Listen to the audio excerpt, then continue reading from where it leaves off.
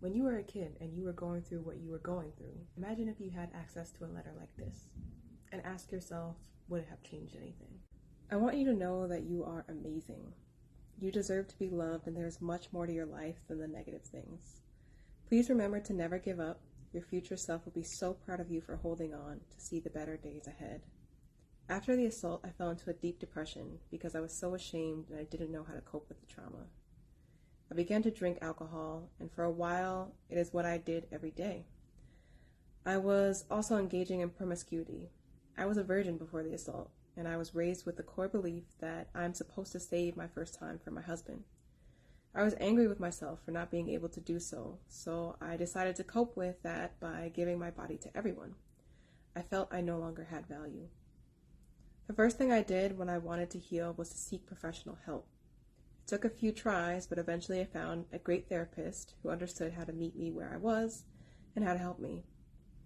It took a while, but I was finally able to see value in my body again, to respect my body for doing what it needed to do to survive, and understand that my body is not an object for someone else to use and then discard. I learned the amount of alcohol I was drinking would one day bring fatal harm to me if I didn't make changes in my consumption of it. I learned how to value my life. I coped with my depression and suicidal thoughts by frequently and brutally abusing drugs. Weed, pills, drinking, psychedelics, anything to numb the pain and quiet my thoughts. Looking back, I realized that although they kept them at bay, these coping mechanisms didn't allow me to properly confront these thoughts and feelings. Now I let them come and go, feeling no particular attachment to them. I find solace in embracing all sides of myself, recognizing my entire identity isn't composed of dark thoughts and painful emotions.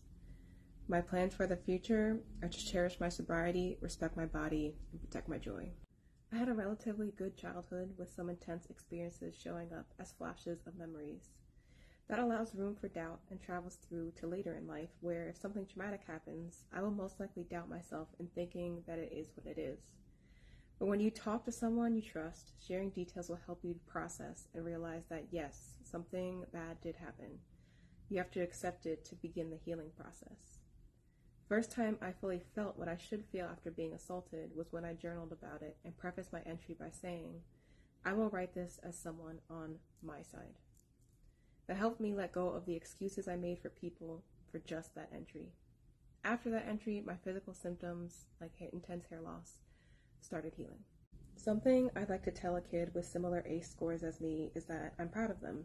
You made it through something that should have never happened to you in the first place. I'd also tell them to be wary of entitlement, to never experience anything bad again. I thought there was a cap to how much a person could go through. So even as an adult, I would go into denial when someone I cared for turned out to not like me at all. Partnered with my people-pleasing tendencies, I've had to struggle through a lot of disingenuous relationships because I felt I deserved that friend or that boyfriend or that family member or whatever person it was to treat me as well as I treated them.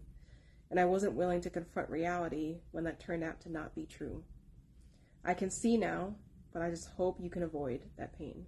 You can read the full childhood experience bio at www.peoplebepeoplein.com. You can also access research-based evidence of the positive and adverse childhood experiences, positive ones that we should be instilling, and adversities that we should be minimizing as best as we can. You can also check out the toxic effects adverse childhood experiences can have on adults and start to take steps with your doctor, your herbalist, your community to mitigate those effects.